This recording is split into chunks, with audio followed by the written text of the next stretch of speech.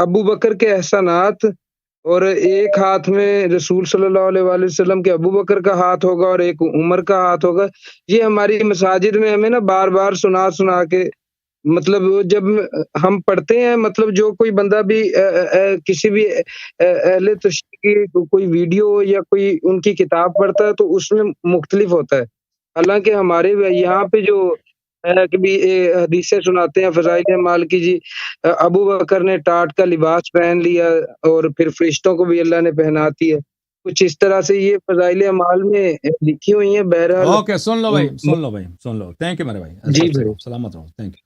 اچھا دیکھو میرے بھائی، اگر ابو بکر عمر کے اعمال اتنے فضائل ہیں، ٹھیک ہے نا، تو ان کی کارکردگی کیوں نہیں، ان کی خلافت کی کیوں دلیل نہیں ہے؟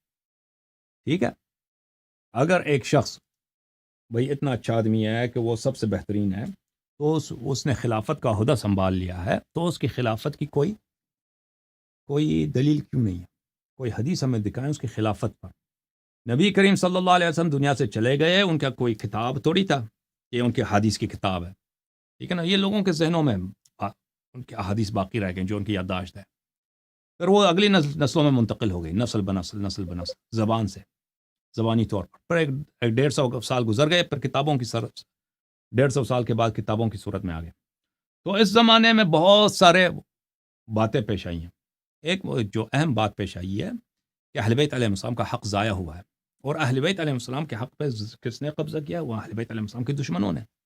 اب ابو بکر عمر کو چھوڑ دیں، معاویہ اتنا بڑا دشمن ہے، یزید اتنا بڑا دشمن ہے، مروان ابن الحکم اتنا بڑا دشمن ہے۔ یزید نے کربلا میں اہل بیت علیہ السلام کے ساتھ جو کیا، پھر اس کے بعد واقع حرہ میں جو اہل مدینہ کے ساتھ کیا ہے، ٹھیک ہے نا، ہزاروں کی تعداد میں مدینہ والوں کی بچیوں کے ساتھ ان لوگوں نے زنا کیا بالجبر، شام والوں نے مدینے میں صحابہ کی بیٹیوں کے ساتھ، صحابہ کے جو بہوؤں کے ساتھ، ان کے نواسیوں کے ساتھ انہوں نے زنا کیا بالجبر، ریپ کیا، ہزاروں کی تعداد میں بچے پیدا ہوئے تھے مدینہ میں زنا سے، ان کو اولاد الحرہ کہتے تھے، حرہ کے بعد جو کنواریاں اور لڑکیاں نا ان کی بچے پیدا ہوئے تھے، واقع حرہ میں، یہ سب کتب میں موجود ہے۔ پھر ان لوگوں نے کعبہ کو جلایا تھا، ٹھیک ہے نا، مروان ابن الحکم نے، ان کا خلیفہ ہے، بخاری مسلم کا وہ راوی ہے، صحابی بھی ہے، ان کا امیر بھی ہے، ان کو امیر المؤمنین خلیفہ کہتے ہیں یہ ملعون، تو اس نے خانہ کعبہ کو جلایا۔ یہ تو تاریخ ہے، یہ خانہ کعبہ کو کس نے آگ لگایا، کس نے منجنیق پھینکا تھا؟ اب عبداللہ ابن زبیر مدینے میں تھا، مکے میں تھا، اس نے مکے کو دارالخلافہ بنایا، تو اس کے ساتھ لڑائی یہ کر نہیں سکتے تھے، تو انہیں دور سے وہ پتھر پھینکتے تھے منجنیق پہ، کیٹاپولٹ، انگلش میں کیٹاپولٹ بولتے ہیں نا، تو مثلا بم میزائل پہنتے تھے اس زمانے میں، پہاڑی کے اوپر سے پتھر کو، بڑے پتھروں کو باندھ کے، وہ اس کو تیل لگا کے اس پہ کپڑے ڈال کے تاکہ آگ لگ جائے، کعبے کو لگاتے تھے، کعبے کو آگ لگی، کعبہ کو توڑ دیا ان لوگوں نے۔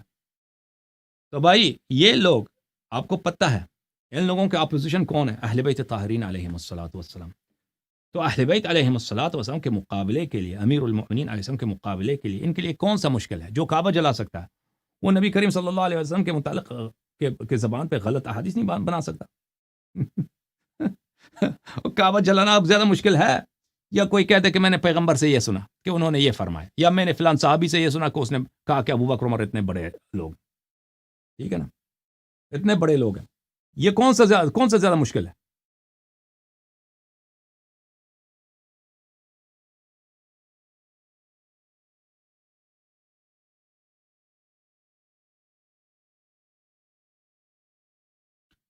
میرے محترم ناظرین، یہ کتاب الموضوعات جزء ثانی، تالیف ہے ابو الفرج ابن الجوزی کی، یہ بہت بڑے محدث ہیں، محقق ہیں جماعت عمریہ کے، صفحہ نمبر 597 میں کتاب چھپی ہے، جز نمبر 2 ہے کتاب الموضوعات میں۔ ملاحظہ فرمائیے اس کتاب میں صفحہ نمبر 24 میں سند کے ساتھ روایت کرتے ہیں احمد بن حنبل سے،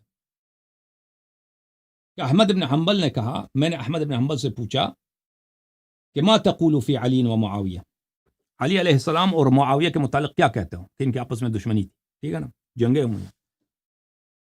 فاطرق، احمد بن حنبل نے اپنا سر سوچ میں نیچے ڈالا ہے، نیچے دیکھتا رہا، گورتا رہا، سوچ رہا ہے۔ ثم قال، سوچنے کے بعد کہا، ايش اقول فيهما، میں نے اس کو کہا کہ میں کیا کہوں ان دونوں کے دشمنی میں. اچھا، ان علی علیہ السلام کان کثیر الاعداء، امیر المؤمنین علیہ السلام کے بڑے دشمن تھے. دشمن ان کا کون تھا بھائی؟ پورا گورنمنٹ ان کا دشمن ہے. گورنمنٹ کون سی گورنمنٹ؟ ہر جگہ پہ، صرف یہ نہیں کہ وہ شام میں حکومت کرتے ہیں، ہر جگہ ان کی حکومت ہے. مدینہ میں ان کی حکومت ہے، عراق میں ان کی حکومت ہے، یمن میں ان کی حکومت ہے، بحرین میں ان کی حکومت ہے، مصر میں ان کی حکومت ہے، خراسان میں ان کی حکومت ہے، سندھ میں ان کی حکومت، ہر جگہ ان کی حکومت ہے. اندلس تک بنی امیہ کی حکومت. امیر المؤمنین علیہ السلام کے بڑے دشمن تھے. اچھا، دشمن بہت زیادہ. ففتش اعداؤه له عیبا فلم یجدوا، امیر المؤمنین علیہ السلام کے دشمنوں نے دیکھا کہ ہم امیر المؤمنین علیہ السلام میں کوئی عیب ڈھونڈ لینا کہ ان کے نستجیر باللہ، وہ جاہل ہوں، ان کے جہل کی کوئی مثال ہو، جنگ میں کوئی ان کی بہادری نہ ہو، خلوص نہ ہو، تقوی نہ ہو، زہد نہ ہو، حلم نہ ہو، وہی خوف خدا نہ ہو، رسول صلی اللہ علیہ وسلم سے خلوص نہ ہو، اسلام سے خدمت نہ ہو، کوئی بھی عیب مل جائے ہمیں تاکہ ہم اس کو بڑا چڑھا کر بیان. کوئی عیب ملا ہی نہیں ان کو. جب عیب نہیں ملا تو کیا کہ فجاؤوا الى رجل قد حاربه وقاتله فأتروه كيادا منهم له. تو وہ لوگوں نے کیا کیا؟ ان لوگوں نے امیر المؤمنین علیہ السلام کے دشمنوں کو ڈھونڈ لیا کہ ان کے مخالف کون تھے. ان کے مخالفوں، امیر المؤمنین علیہ السلام میں تو کوئی عیب نہیں ہے، ان کے مخالفین کی ثنا کرنا انہوں نے شروع کر دی کہ ان کے جو مخالف ہیں امیر المؤمنین علیہ السلام کے جو اپوزیشن ہے، مخالف، اس کی شان میں مناقب نقل کر دو، احادیث نقل کر دو، روایات نقل کر دو اس کی شان میں. تو اس طرح روایت بنتی گئی. یہ کتاب ہے شرح نہج البلاغہ لابن ابی الحدید المعتزلی، چاپ عیسیٰ بابی الحلبی و شرکاء، جزء 11. ابن ابی الحدید جو ہے معتزلی ہے، یہ شیعہ نہیں ہے. یہ ابو بکر، عمر، عثمان کی خلافت کو صحیح شرعی مانتا ہے، امیر المؤمنین علیہ السلام کو چوتھا خلیفہ مانتا ہے. یہ اپنے شرح میں ملاحظہ فرمائے، یہ شرح چھپی ہے سنہ 1965 مصر میں. اچھا، یہاں پر بہت ساری روایت نقل کرتا ہے. صفحہ نمبر 44 میں یہ روایت میں آپ کو دکھاؤں کہ یہ روایت کرتے ہیں المدائنی کے کتاب الاحداث سے. ابو الحسن علی بن محمد مدائنی بہت بڑے محدث تھے اور مورخ تھے جماعت مخالفین کے. یہ بخاری مسلم سے بہت پہلے گزرے ہیں.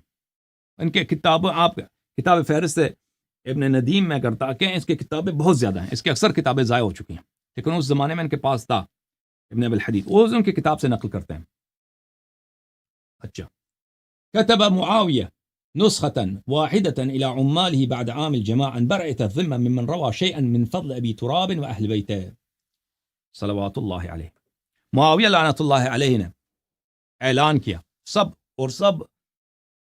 اس کے جتنے شہر تھے وہاں پہ خط بھیجا اس نے کہ جو بھی شخص امیر المؤمنین علیہ السلام یا اہل بیت علیہ السلام کی شان میں حدیث نقل کرے تو اس کا خون، اس کا جان، اس کا مال، اس کی ناموس جو ہے محفوظ نہیں ہے، پھر وہ اس اپنی خیر کرے.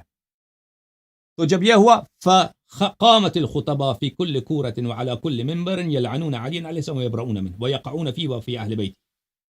تو اس زمانے میں پھر یہ جب معاویہ کی جانب سے یہ حکم ہوا تو ہر شہر میں، ہر جگہ، ہر منبر پر، خطباء منابر پر انہوں نے کیا شروع کیا؟ لعنت کرنا شروع کر دی، گالی دینا امیر المؤمنین اور اہل بیت الطاہرین علیہم السلام کو.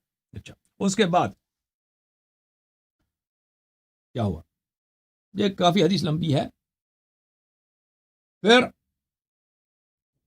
اس نے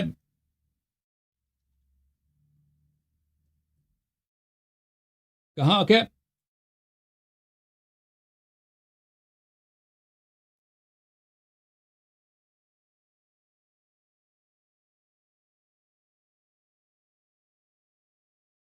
یہ حدیث کافی لمبی ہے، میں اس کو پڑھ لیتا ہوں، کوئی بات نہیں. اس نے کہا کہ اس زمانے میں کیونکہ کوفہ میں، عراق میں شیعہ زیادہ تھے، کیونکہ امیر المؤمنین علیہ السلام کی دارالخلافہ وہاں پہ تھا، تو وہاں پہ سب لوگوں پہ وہاں پہ شدت بہت زیادہ تھا. اور وہاں پر زیاد ابن سمیہ کون ہے؟ جس کو زیاد ابن ابی کہتا ہے نا. ابن سمیہ اس کو کیوں کہتے ہیں؟ کیونکہ یہ بنی امیہ کی حکومت میں اس کو زیاد ابن ابی سفیان کہتے تھے، کیونکہ ابو سفیان اس کی کہانی بھی بڑی لمبی ہے. زیاد جو تھا نا یہ طائف کا رہنے والا تھا زیاد، تو یہ بڑا لائق آدمی تھا. تو زیاد نے کہا کہ وہ ابو سفیان، معاویہ نے یہ کہا کہ میرے والد نے اس کی ماں کے ساتھ زنا کیا اور یہ میرا بھائی ہے. اور ایک صحابی تھا اس زمانے میں، اس کا نام بھی میں بھول گیا، میں سب کتب میں موجود ہے، اس صحابی کو بھی لے کے آئے، صحابی نے بھی شہادت دے دی کہ جی ہاں اس کی کہانی میں کچھ لطف ہے وہ سنے، وہ کبھی دکھائیں گے آپ کتاب اس کا. اس نے کہا جی ہاں میں طائف میں تھا، ایک دن ابو سفیان وہاں پہ آیا تھا، تو اس نے مجھ سے کہا کہ مجھے کسی عورت کوئی عورت چاہیے. تو میں نے کہا کہ یہ ہے سمیہ ہے، سمیہ کو تو آپ جانتے ہیں، اس کو لے کے آتا ہوں. آپ یہ لگتا ہے کہ یہ بھائی وہ سپلائر تھا، یہ صحابی بھی سپلائر تھا، یعنی عورتوں کو سپلائی کرتا تھا مردوں کے لیے. تو آپ کو پتہ ہے کہ وہ اس میں بڑی بدبو ہے، لیکن کام اس کی ابت جو ہے اس کی بغل میں بڑی بدبو ہے، یعنی زیاد کی ماں جو ہے، لیکن اس سے آپ کا گزارا ہو جائے. ابو سفیان نے کہا چلیں تم نے، بدبو تو ہے لیکن وہ لے کے آؤ اس کو. تو اس کو لے کے میں شہادت میں لے کے آیا تھا اس نے شہادت دی. تو معاویہ نے کہا کہ معاف کر بھائی، معاف کر، چھوڑ دے، میں نے تجھے کہا تھا شہادت دے، تو نے گالی دے دی، تو نے اس طرح سے بیان کرنا تھا ملعون. تو بہرحال اس نے شہادت دے دی، اور زیاد نے یہ ملعون لعنت دیکھیں، حالانکہ یہ حدیث سب مسلمین کے متفقن علیہ ہے. الولد للفراش وللآخر الحجر، الولد للفراش. اگر کوئی مرد کسی شادی شدہ عورت کے ساتھ زنا کرتا ہے تو وہاں پہ بچہ پیدا ہوتا ہے. بچہ کس کا؟ بچہ اس کے شوہر کا ہے. الولد للفراش، بچہ ہمیشہ، بچہ اگر کسی عورت کے ساتھ زنا وہ بھی ہو جائے، ریپ ہو جائے، بچہ اس کے شوہر کا شرعی طور پہ کہے گا کہ بچہ اس کے شوہر کا ہے. اور زناکار کو سنسار کریں گے، زناکار کو بچہ نہیں ملے گا. تو اس نے سب شریعت کو زیر پا کرتے ہوئے، انسانیت، اخلاق، شرافت سب زیر پا، یہ تاریخ میں مشہور ہے. زیاد کو اس نے کہا کہ یہ حرامی ہے، اس ملعون نے بھی مان لیا کہ جی میں حرامی، میری ماں نے زنا کیا ابو سفیان کے ساتھ.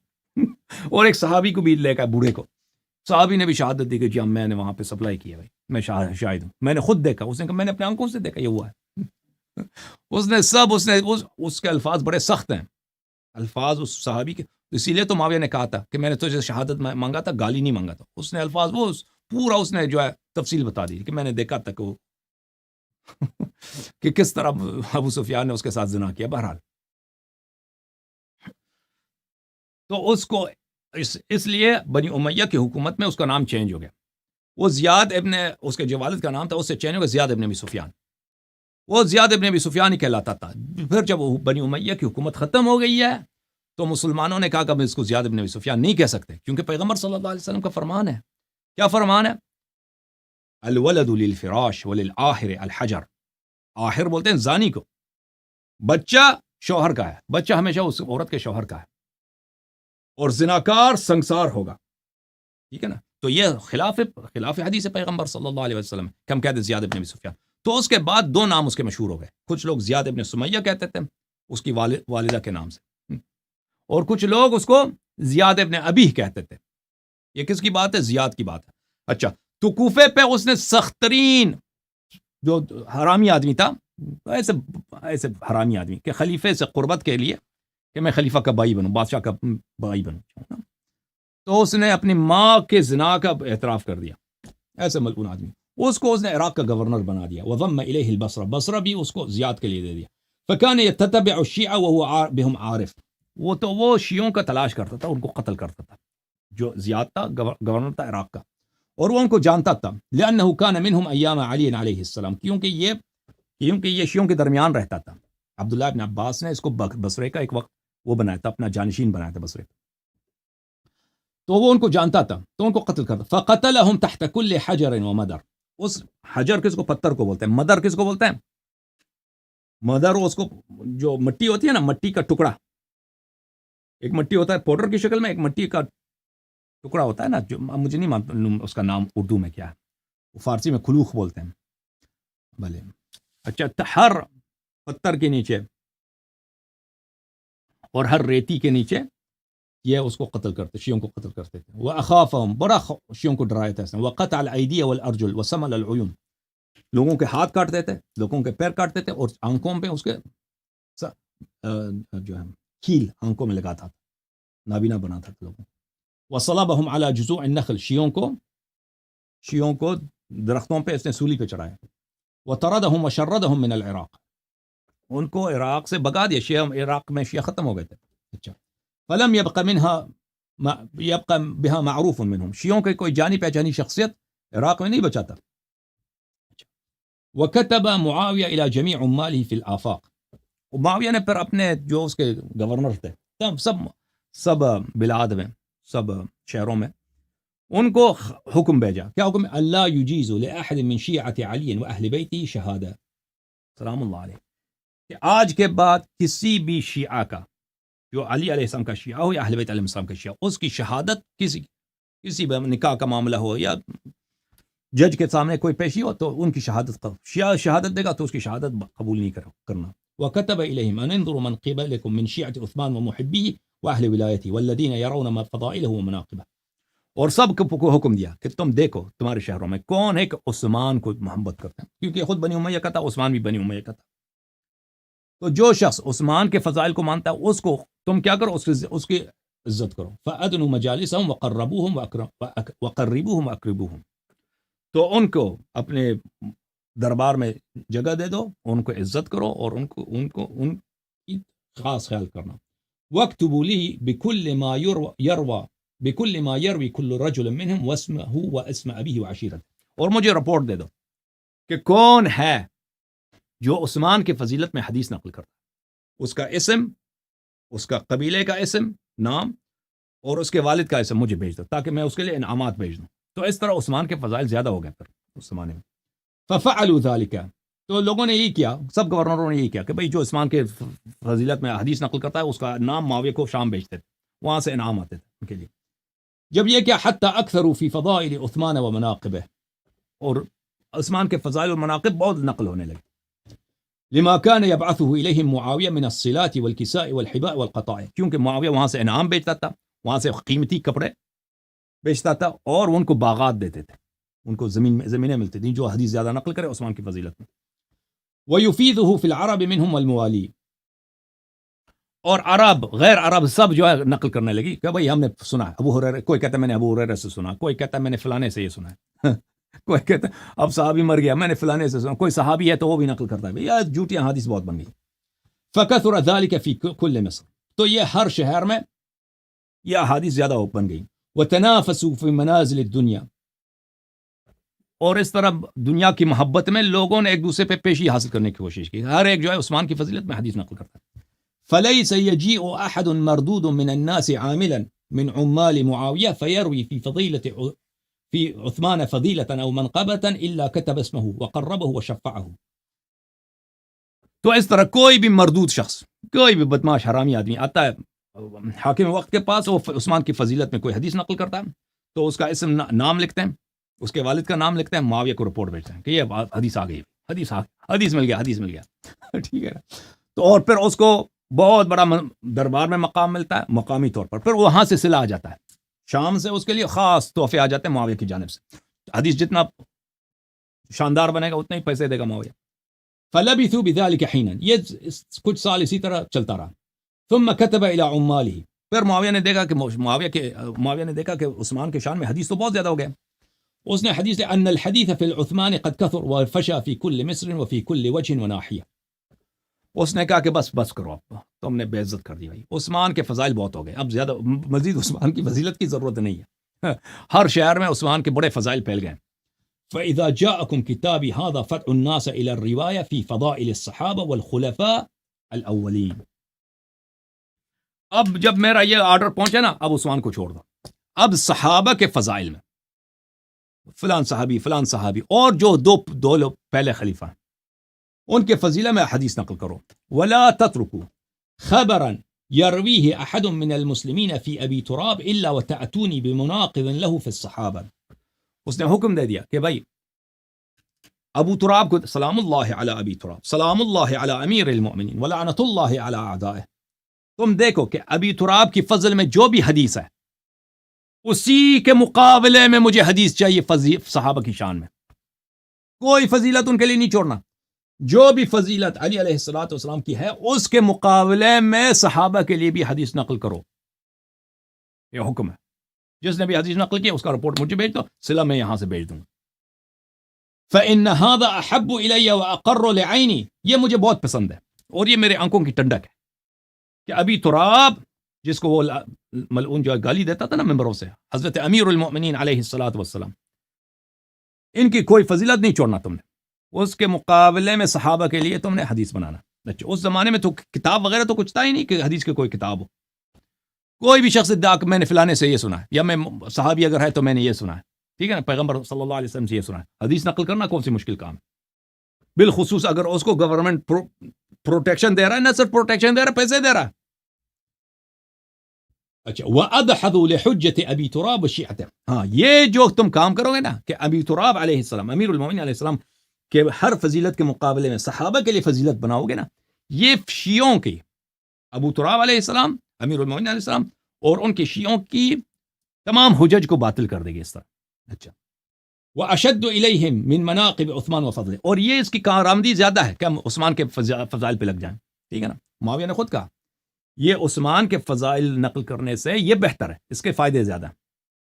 اچھا، فَقُرِعَتْ كُتُبُهُ عَلَى النَّاسِ، تو اس زمانے میں سب شہروں میں، سب اتنے جتنے صوبے تھے اور شہر تھے، وہاں پہ مساجد تھے، خطبے دیتے تھے لوگ، اور اس کے گورنر تھے، انہوں نے یہ سب خطوط سب لوگوں کے لیے پڑھ لیا کہ بھئی اب حکم یہ ہے کہ اگر کسی کو حدیث ہے کسی کے صحابہ کی شان میں، جو ابو تراب کو وہ تو گالی دیتے سلام اللہ علیہ، ابو تراب وہ کہتے بھی تھے، گالی کے طور پہ کہتے تھے نا، وہ تو وہ منقبت کے طور پہ تو ابو تراب نہیں کہتے تھے۔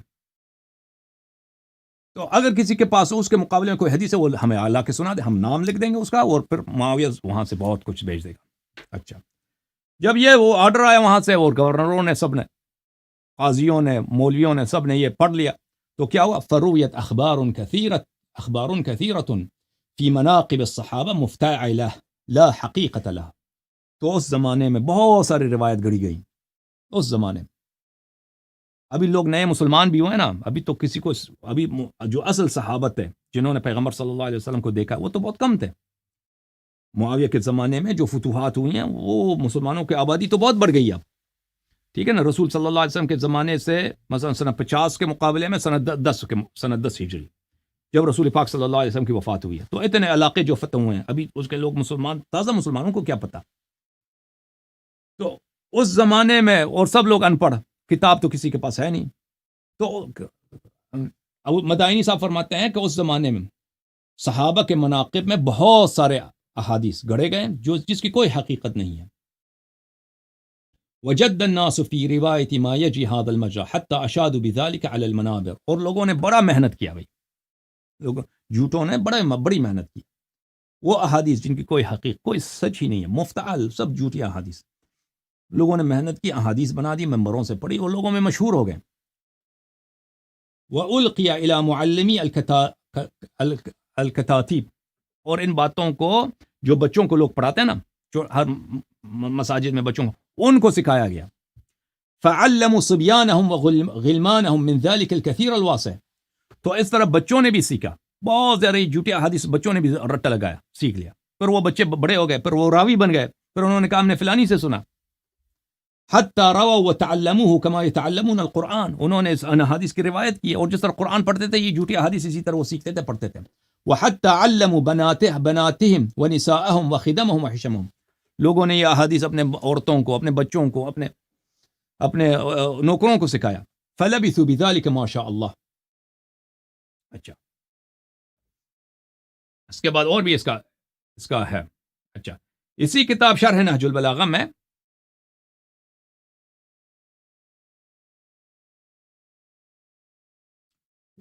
ابن ابی الحدید ایک اور بھی روایت کرتے ہیں، شرح نہج البلاغہ ابن ابی الحدید کی جلد نمبر 11، یہ صفحہ نمبر ہے 43 میں روایت کرتے ہیں۔ کن سے روایت کرتے ہیں؟ ابو جعفر محمد ابن علی الباقر، ابو جعفر محمد ابن علی باقر علوم الرحمن سلام اللہ علیہ سے، وہ لمبی روایت ہے، روایت نقل کرتے ہیں۔ ووجد الكاذبون الجاحدون لكذبهم وجهودهم موضعا يتقربون به إلى أوليائهم وقضاة السوء وعمال السوء في كل بلدة، معاویہ کے دور حکومت میں اور بنی مروان کے دور حکومت میں جو کذاب جھوٹے لوگ تھے، بدماش لوگ تھے، اللہ سے نہیں ڈرتے تھے، تو ان کے پاس ایک طریقہ بن گیا کہ کس طرح ہمیں دربار کے سامنے، دربار میں ہماری منزلت بن جائے، دربار میں ہمیں مقام ملے، وہاں سے پیسے ملے، تو وہ کیا تھا کہ وہ جھوٹی احادیث بناؤ. فحدثوهم بالاحاديث الموضوعه المكذوبه، اور احادیث موضوعہ مکذوبہ انہوں نے نقل کیا. ورووا عنا ما لم نقله ولم نفعله، اور ہم اہل بیت علیہ السلام سے ایسے احادیث نقل کیے کہ امیر المومنین علیہ السلام نے فرمایا کہ سب سے بہتر بھلے افضل الناس ابو بکر ہیں، فلان عمر کیا ہے، وہ جو ہم اہل بیت علیہ السلام نے کبھی کہا بھی نہیں، وہ ہم سے لوگوں نے جھوٹی احادیث نقل کیا. لیبغضونا الی الناس، تاکہ ہماری منزلت کم ہو اور لوگ ہمیں دشمنی کے آنکھ سے دیکھیں. وكان عظم ذلك وكبره زمن معاویہ بعد موت الحسن علیہ السلام، اور اس کا بڑا حصہ کب تھا؟ امام حسن مجتبی علیہ السلام کی وفات کے بعد، ان کی شہادت کے بعد، معاویہ کے دور حکومت میں. فقتلت شیعتنا بكل بلدہ، ہمارے شیعہ ہر شہر میں قتل ہوتے تھے. وقطعت الايدي والارجل على الظن، اور اگر کسی پہ گمان بھی ہوتا تھا نا، یقین نہیں ہے، گمان ہوتا تھا یہ شیعہ ہے، اس کے ہاتھ کاٹتے تھے، اس کے پیر کاٹتے تھے. وكان من يذكر بحبنا والانقطاع الينا سجن ونهب ماله او هدمت داره، اگر کسی شخص کے متعلق بولتے تھے کہ یہ اہل بیت علیہ السلام سے محبت کرتے ہیں تو یا مخلص ہیں، اہل بیت انقطاع بولتے ہیں خلوص کو، اہل بیت علیہ السلام کے مخلص ہیں، اس کو جیل میں ڈالتے تھے اور اس کے مال کو اٹھا کے لے جاتے تھے، اس کے اموال کو. هدمت داره، اس کے گھر کو بھی وہ گرا دیتے تھے، گھر بھی خراب ہوتا تھا اس کا. ثم لم يزل البلاء يشتد ويزداد، اسی طرح بلا شدید تر ہوتا گیا، حالات بدتر ہوتے گئے. الى زمان عبید اللہ ابن زیاد قاتل الحسین علیہ السلام، عبید اللہ ابن زیاد، اسی زیاد ابن سمیہ کا بیٹا، وہ اس کے زمانے میں کہ اس کو یزید نے اس کو عراق کا گورنر بنایا. ثم جاء الحجاج فقتلهم في كل قتل، قتلهم كل قتل، پھر اس کے بعد حجاج ابن یوسف کا زمانہ آیا، وہ بھی اسی نے قتل کیا ہر بہانے میں. واخذهم بكل ذنة وتهمة، اور ہر تہمت پر، ہر گمان پر شیعوں کو پکڑ لو، ان کو قتل کرو. حتى ان الرجل ليقال له زنديق او كافر احب اليه من ان يقال شيعة علي، اگر کسی شخص کو زندیق کافر کہتے تھے یہ بہتر تھا اس کے لیے، اگر اس کے مقابلے میں کہتے تھے یہ شیعہ ہے، علی علیہ السلام کا شیعہ ہے، اس کا محب ہے. یہ زمانہ اتنا سخت تھا. وحتى صار الرجل الذي يذكر بالخير ولعله يكون ورعا صدوقا، اور بہت دفعہ ایسا ہوتا تھا کہ ایک شخص جو ہے وہ نیکنام آدمی ہے، بہت تقوی ہے، اللہ سے ڈرتا ہے، جھوٹ نہیں بولتا، جھوٹی حدیث نہیں بناتا، خود سچا ہے، لیکن اس نے اتنے جھوٹی حدیث سنی اس کو خود بھی نہیں پتا کہ یہ جھوٹ ہے.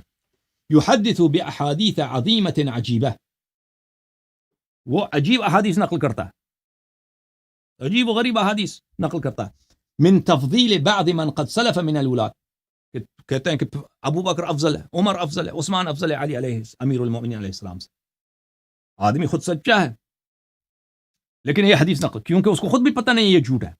ولم يخلق اللہ تعالی شیئا منها، یہ کوئی ان میں سے کوئی حدیث صحیح نہیں تھا، سب جھوٹی احادیث تھیں، لیکن اتنی مشہور کر دی، زبانوں میں مشہور ہو گئی، سب ہر جگہ پھیل گئی احادیث، یہ جھوٹی حدیث. ولا وقعت وهو يحسب انها حق لكثرة من قد رواها ممن لم يعرف بكذب ولا بقلة ورع. یہ شخص جو ایسے حدیث نقل کرتا ہے وہ خود اس کے ذہن میں کبھی نہیں آتا کہ حدیث جھوٹ بھی ہو سکتا ہے جو ابو بکر کی فضیلت میں، عمر کی فضیلت میں ہے، کیونکہ اس نے ان لوگوں، ایسے لوگوں سے سنا ہے نا معاویہ کے زمانے میں کہ وہ خود بھائی اتنا بڑا داڑھی ہے، وہ کہتا ہے میں نے خود پیغمبر سے سنا، یا وہ کہتا ہے میں نے فلانی صحابی سے سنا، وہ خود بھی ظاہر اس کا کیا ہے، بڑا تقوی، بڑا کیا ہے، ورع ہے، وہ بڑا مولوی ہے، بڑا عالم دین، اس طرح حدیث سب لوگ قبول کرتے تھے کہ حدیث صحیح ہے، اور یہ سب جھوٹی حدیث ہوتی. یہ کس کی کتاب ہے؟ یہ شیعوں کی کتاب نہیں ہے، یہ مخالفین کی کتاب ہے، ٹھیک ہے نا. اچھا،